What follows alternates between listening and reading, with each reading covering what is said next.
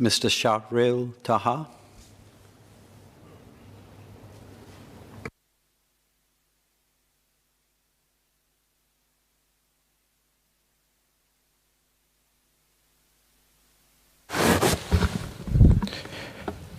Thank you, Mr. Deputy Speaker, sir. Over the past few years, we have experienced the rapid growth of online shopping. This increase, as well as advances in technology, have also led to the development and growth of last-mile delivery providers and participants. As the e-commerce sector grows and online purchases becoming more prevalent, there is a need to look into the critical gap in the industry for the provision of parcel lockers. Currently, we have multiple players in a fragmented market, with others intending to join in to provide this particular last-mile delivery service. Current parcel locker providers are extremely differentiated and unstandardized. They vary in terms of business, operations and subscription models, customer interface, and even locker size. As a result, customers and businesses who use parcel lockers face multiple challenges trying to navigate through the variety of particular last-mile delivery services. With the provision of nationwide parcel lockers via Pick Network Private Limited, we are able to provide standards and guidelines in order to protect customers and businesses. As mentioned by a few members, Ms. Joan Pereira and Ms. Ng Ling Ling, there is a need to look into issues of accessibility for seniors and less able, as well as physical and cyber security requirements, particularly since we anticipate the sector to grow even further in the coming years. In the near future, customers using such services should have ease of access, which is to say, there should be sufficient parcel locker locations, making it convenient for a customer to receive and collect their parcels in a safe and timely manner. Currently, the custody of a parcel goes from seller to last-mile delivery riders before it ends up with the customer. With the new proposed network, last-mile delivery riders may no longer have direct contact with sellers and instead deposit parcels into lockers at designated locations. Therefore, from the moment the parcel departs from the seller until it arrives safely in the hands of the customer, it is essential to protect sellers, last-mile delivery riders, customers, and Pick Network from wrongful claims in the event of damage to the parcel, even while in transit. We must especially keep in mind the delivery riders who currently deliver direct to customers. Customers receive the parcels in good condition, and this protects the delivery riders from fraudulent claims. However, with the current proposal, delivery riders will deliver to parcel lockers. How can we ensure that the delivery riders are protected when the parcel is damaged between the point of him or her completing the delivery to the parcel lockers and the customers retrieving the parcels? I've met a few delivery riders who are exceptionally cautious when delivering parcels and resort to taking pictures of the recipient receiving their parcels to ensure that he or she is safe from any claims of damages to the parcels, as such fraudulent claims may pose a significant financial loss to the delivery riders. Assuming delivery riders earning less than $5 per successful delivery, if a fraudulent claim of a damaged parcel worth $100 is made on him, it will mean he loses his entire income for a day or two. Thus, we must ensure a robust and reliable system of parcel delivery with proper recourse should parcels be damaged or lost.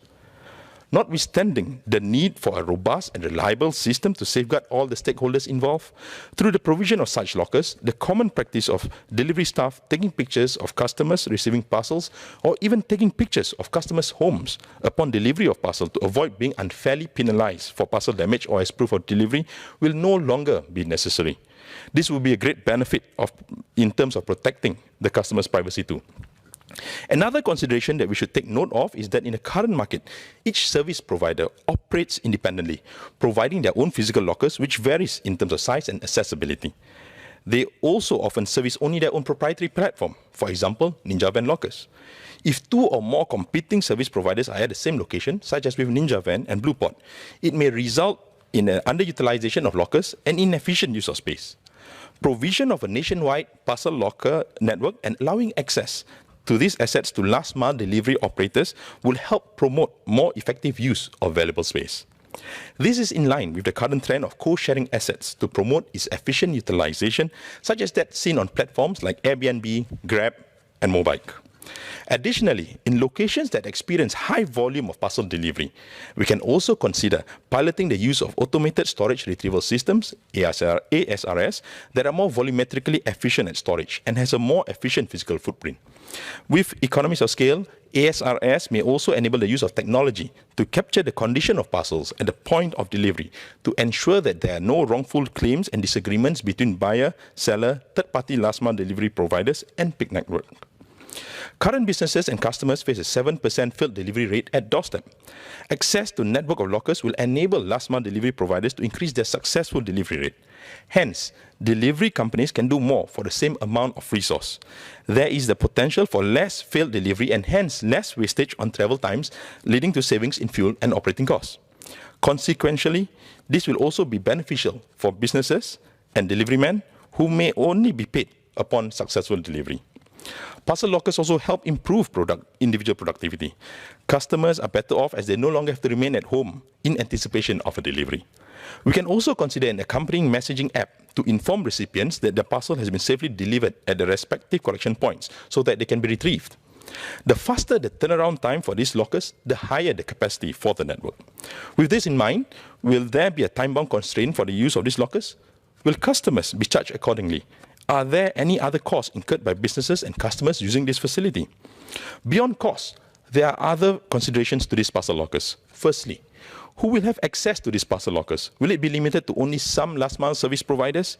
Will small businesses or home-based businesses that do their own delivery for cost reasons have equal access to these facilities, as it can potentially help with their operations and costs?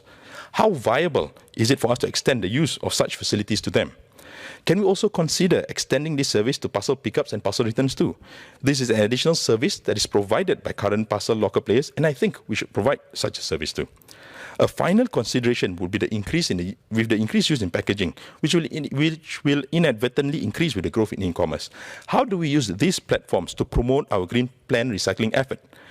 Can we have reminder posters at parcel lockers or else incentivize the proper disposal and recycling of packaging? Mr. Deputy Speaker, sir, in Malay, please. Dalam beberapa tahun yang lalu, kita dapat melihat pertumbuhan yang pesat bagi pembelian dalam talian. Kenaikan tersebut dan juga kemajuan dalam teknologi telah menyumbang kepada pembangunan dan pertumbuhan dan peserta khidmat penghantaran last mile. Dengan pertumbuhan sektor e-dagang dan kenaikan dalam pembelian secara online, ada perlunya bagi kita untuk memeriksa semula kelopongan yang serius dalam industri last mile delivery. Kini terdapat berbagai peserta dalam pasaran yang berpecah dengan pihak lain yang ingin menembusnya untuk menawarkan khidmat itu. Dengan adanya rangkaian loker bungkusan di seluruh negara, kita dapat menyediakan piawai dan garis panduan tertentu untuk melindungi para pelanggan dan juga peniaga. Dengan penumbuhan rangkaian loker bungkusan, ia juga penting bagi kita untuk mempertimbangkan bagaimana kita boleh melindungi para penghantar. Sebelum ini, apabila penghantar mengirim terus kepada pelanggan, para pelanggan akan menerima bungkusannya dalam keadaan yang baik dan ini juga melindungi para penghantar daripada tuntutan kerosakan yang palsu. Namun, dengan usulan ini, penghantar akan meletakkan bungkusan ke loker yang tersedia. Bagaimanakah boleh kita memastikan bahawa para penghantar terlindung apabila bungkusan itu mengalami kerosakan dari masa ia diletakkan dalam loker ke masa pelanggan mengambil bungkusan mereka? Untuk penghantar yang menerima kurang dari $5 untuk setiap penghantaran yang berjaya, tuntutan palsu boleh menjejas pendapatannya. Kerana tuntutan palsu, penghantar mungkin kehilangan seluruh pendapatannya selama beberapa hari. Oleh itu, kita mesti memastikan sistem pengiriman yang mantap dan sistem tuntutan yang adil kepada semua pihak. Walau apapun, dengan adanya peruntukan rangkaian loker bungkusan di seluruh negara, kita dapat menggalakkan penggunaan ruang dengan lebih berkesan.